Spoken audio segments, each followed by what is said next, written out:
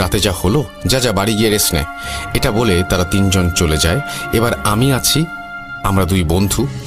আমার বন্ধুর বাড়ি খুব কাছেই, তাই একা ফিরতে হবে আমার কেমন যেন লাগছিল। রাস্তায় যদিও সেই লোকটিকে আর দেখিনি, কিন্তু বন্ধুকে বাড়িতে পৌঁছে দিয়ে আমি যখন রিক্সা থেকে আমার বাড়ির সামনে নামি, ঠিক তখনই দেখলাম কিছু দূরে সেই লোকটা বসে আছে, ঠিক আগের মতোই আমার দিকে তাকিয়ে। এবার ব্যাপারটা বুঝতে আমার কোনো সমস্যা হলো না। আমার সাথে প্যারানর্মাল কিছু ঘটতে চলেছে বা ঘটতে শুরু হয়েছে সেটা আমি বুঝে গিয়েছিলাম, কারণ বাস স্ট্যান্ড থেকে আমার বাড়ির রাস্তা একটাই, তাও সরু গলি, তাই কোনোভাবেই আমার আগে ওনার এই জায়গায় পৌঁছানোর কথা নয়। আমি আর এদিক ওদিক না তাকিয়ে সোজা বাড়িতে ঢুকে পড়ি।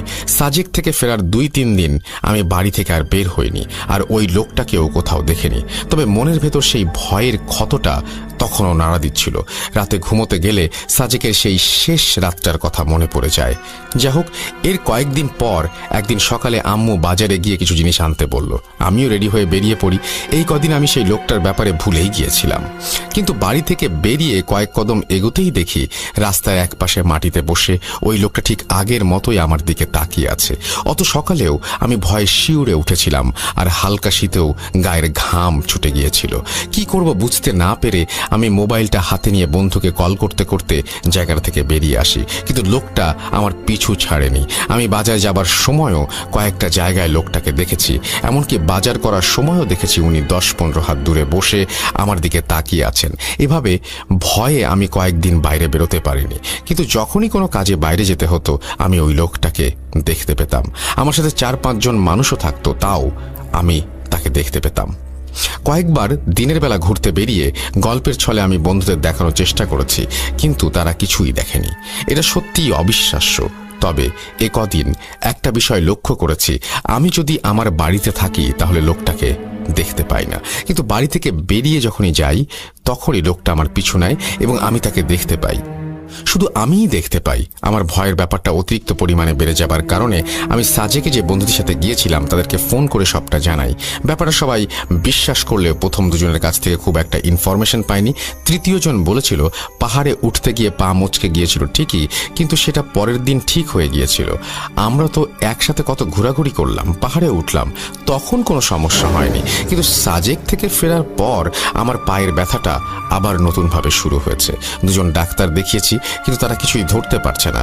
পরশুদিন বাবা আমাকে মসজিদের ইমাম সাহেবের কাছে নিয়ে গেছিলেন। আমাকে দেখে এবং সবটা শুনে উনিও কোনো তথ্য দিতে পারেননি, তবে এখনো প্রচণ্ড ব্যথা আছে আমার পায়ে।